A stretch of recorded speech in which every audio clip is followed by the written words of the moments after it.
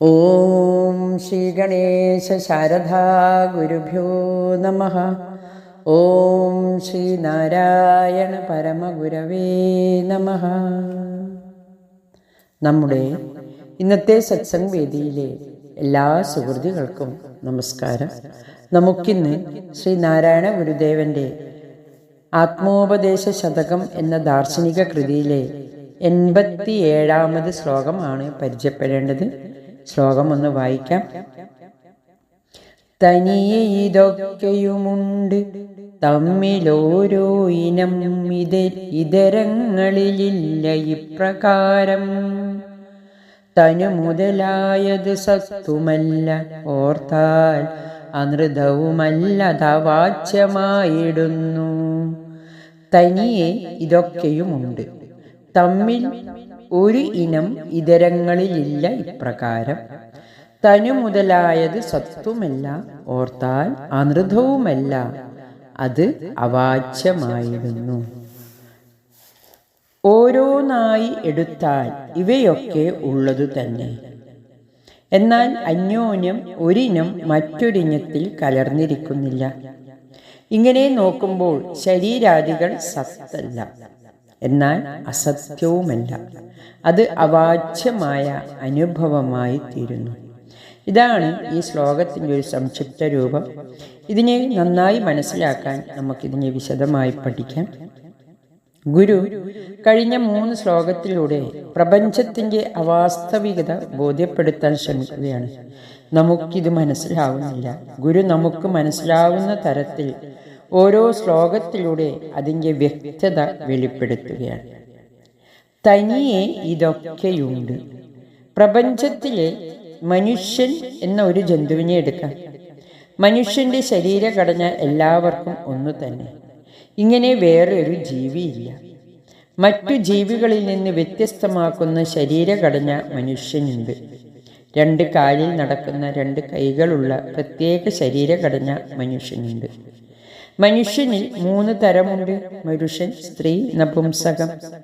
ശരീരഘടന വെച്ച് നാം മറ്റുള്ള ഇനത്തിൽ നിന്ന് വേറിട്ടവയാണ്. പിന്നെ മനുഷ്യന് മനുഷ്യത്വമുണ്ടോ എന്ന് തോന്നണം.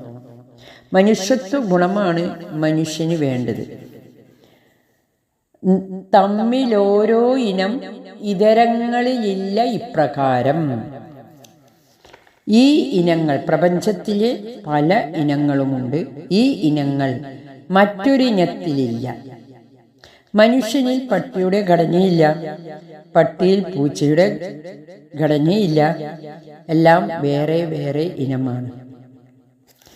തനിയെ ഇതൊക്കെയുണ്ട്. നാം നോക്കുമ്പോൾ ഈ പ്രപഞ്ചത്തിൽ കാണുന്ന വിവിധ ഇനങ്ങളായ മനുഷ്യ, പക്ഷി, ജന്തു, സസ്യ വിഭാഗങ്ങൾ ഉള്ളത് തന്നെ. പ്രപഞ്ചത്തിൻ്റെ വൈവിധ്യതയിൽ അനേക കോടി ഇനങ്ങളിൽ ഒരിനമാണ് മനുഷ്യൻ. എന്നാൽ ഒരു മനുഷ്യനെ പോലെ വേറൊരു മനുഷ്യനുമില്ല. ഒരു ഇനം മറ്റൊരു ഇനത്തിൽ ഇല്ല. ഓരോ ഇനത്തിനും മെയ്യും ഓരോ മാതിരി ഒച്ചയും എന്ന് ഗുരുദേവൻ പറയാറുണ്ട്. മനുഷ്യന്റെ ശബ്ദം മനുഷ്യന് മാത്രം, കിളികളുടെ ശബ്ദം കിളികൾക്ക് മാത്രം. അത് പക്ഷിശാസ്ത്രജ്ഞന്മാർക്ക് കിളികളുടെ ശബ്ദം കേട്ടാൽ അറിയാം. ഓരോ ഇനത്തിനും പ്രത്യേക മണവും പ്രത്യേക രുചിയും ഉണ്ട്. മത്സ്യങ്ങളുടെ മാംസത്തിൻ്റെയും പ്രത്യേക രുചി അത് കഴിക്കുന്നവർക്ക് തിരിച്ചറിയാം. അതായത് ഈ ഇനങ്ങളെല്ലാം മണത്തിലും രുചിയിലും ഊഷ്മാവിലും ഗുണത്തിലും നോട്ടത്തിലുമെല്ലാം വ്യത്യാസപ്പെട്ടിരിക്കുന്നു. ജന്തുക്കൾ, സസ്യങ്ങൾ എന്നിവ വേർതിരിക്കുന്ന അടിസ്ഥാന ഘടകങ്ങളാണ് ഇനമായിട്ട് പറയുന്നത്, പ്രപഞ്ചത്തിലെ ഇനങ്ങളായിട്ട് പറയുന്നത്. ഒരിനത്തിൻ്റെ ഗുണവും മണവും മറ്റൊരിനത്തിനില്ല. ഒരിനത്തിൻ്റെ രുചിയല്ല മറ്റൊരിനത്തിന്. ഒരിനത്തിൻ്റെ ശബ്ദമല്ല മറ്റൊരിനത്തിന്. മനുഷ്യന്റെ ശരീര താപനില ലോകത്തിലെ സകല മനുഷ്യനും ഒന്നാണ്. പ്രപഞ്ച വിന്യാസത്തിൽ ഒരിനത്തെ പോലെ വേറൊരു ഇനമില്ല എന്ന് ഗുരു ബോധിപ്പിക്കുന്നു. പ്രത്യേക ശരീരവും അതിൻ്റെ ഗുണവും ഓരോ ഇനത്തിനുണ്ട്. പ്രപഞ്ചത്തിൻ്റെ സൂക്ഷ്മ വിശദീകരണമാണ് ഗുരു ആദ്യ 2 വരികളിൽ ബോധിപ്പിച്ചത്. അടുത്ത 2 വരികളിലെ ത്വാത്വികത ഇനി നമുക്ക് മനസ്സിലാക്കാം. തനു മുതലായത് സത്തുമല്ല, ഓർത്താൽ അനൃതവുമല്ല, അതാവാച്യമായിടുന്നു. തനു ശരീരം സത്തല്ല, ശാശ്വതമല്ല. നാം തരംതിരിക്കുന്നത് ശരീരഘടന വെച്ചുകൊണ്ടാണ്. എന്നാൽ ഈ ശരീരം സത്തല്ല. മനുഷ്യന്റെ ശരീരഘടനയ്ക്കനുസരിച്ചാണ് മനുഷ്യൻ ഒരു ജാതിയാണ് എന്ന് ഗുരു പറയുന്നത്. ബ്രാഹ്മണൻ, ക്ഷത്രിയൻ, വൈശ്യൻ, ശൂദ്രൻ എന്നീ ജാതികളില്ല.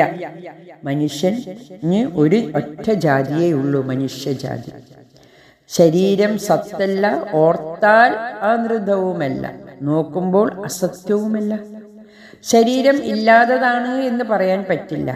അനുഭവ സത്യമാണ് ശരീരം. എല്ലാ അനുഭവങ്ങളും അനുഭവിക്കുന്നത് ശരീരം കൊണ്ടാണ്. പ്രപഞ്ച വൈവിധ്യങ്ങൾ അറിയുന്നതും ശരീരം കൊണ്ടാണ്. ശരീരം ഇല്ലാത്തതാണെന്ന് പറയില്ല. ശരീരം സത്യമാണ്, എന്നാൽ ശരീരം ശാശ്വത സത്യമല്ല. നിത്യസത്യത്തെ അറിയാൻ കഴിയുന്ന മനുഷ്യജാതിയെ ഗുരു ബോധിപ്പിക്കുകയാണ്. ശരീരം കൊണ്ടുവച്ചാണ് പ്രപഞ്ചത്തിലെ സകല ജീവജാലങ്ങളെയും തരംതിരിക്കുന്നത്. അതുകൊണ്ട് ശരീരം സത്യമല്ല എന്ന് പറയാൻ പറ്റില്ല. പക്ഷേ ശരീരം ശാശ്വത സത്യമല്ല. ദേഹത്തിന് ശാശ്വതാവസ്ഥയില്ല. ഇത് അവാച്യമാണ്. ശരീരമനോബുദ്ധികൾ ചേർന്ന ഈ സ്വത്വം അവാച്യമാണ്. ശരീരവും മനസ്സുമായിട്ടുള്ള ബന്ധം, ശരീരവും ആത്മാവുമായിട്ടുള്ള ബന്ധം, ഇതെല്ലാം കൂടി നോക്കുമ്പോൾ ഈ ശരീരം അവാച്യമാണ്. ഗുരു ഈ ശ്ലോകത്തിൽ ബോധിപ്പിക്കുന്ന കാര്യങ്ങൾ നാം ഇപ്പോൾ പറയുമ്പോൾ അതിനനുസരിച്ച് നമ്മുടെ ശബ്ദവും വാക്കുകളും വരണം. ഇതെങ്ങനെ വരുന്നു? അവാച്യമാണിത്. ഇന്ദ്രിയ പ്രവർത്തനവും ഇന്ദ്രിയ സംഘാതമായ ശരീരത്തിൻ്റെ പ്രവർത്തനവും അതീവ സങ്കീർണമാണ്. അവാച്യ പ്രവർത്തനമാണ് ശരീരത്തിൻ്റെ. ഗുരുവും ശരീരത്തിൽ നിന്നുകൊണ്ടാണ് ശരീരാതീതമായ അനുഭവത്തിലെത്തിയത്.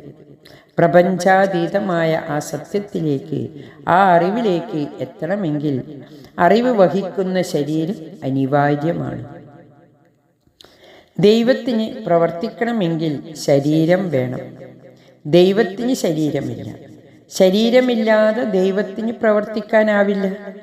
ശരീരമുള്ള നമുക്ക് പ്രവർത്തിക്കാൻ പറ്റും. ദൈവം എന്നുള്ളത് അറിവാണ്. അറിവ് ഉൾക്കൊണ്ട് മനുഷ്യൻ പ്രവർത്തിക്കുന്നു. ദൈവത്തിൻ്റെ ഇംഗിതം അറിഞ്ഞ് പ്രവർത്തിക്കണം. ദൈവഹിതം അറിഞ്ഞ് പ്രവർത്തിക്കണം. പ്രപഞ്ചത്തെ സംരക്ഷിക്കുക. പ്രപഞ്ചത്തിൽ ഭ്രമിക്കാതെ പ്രപഞ്ച സത്യം അറിയാൻ ശരീരം ഉപയോഗിക്കണം. ഗുരു പറയും, ദൈവം ചിത് പുരുഷനാണ്.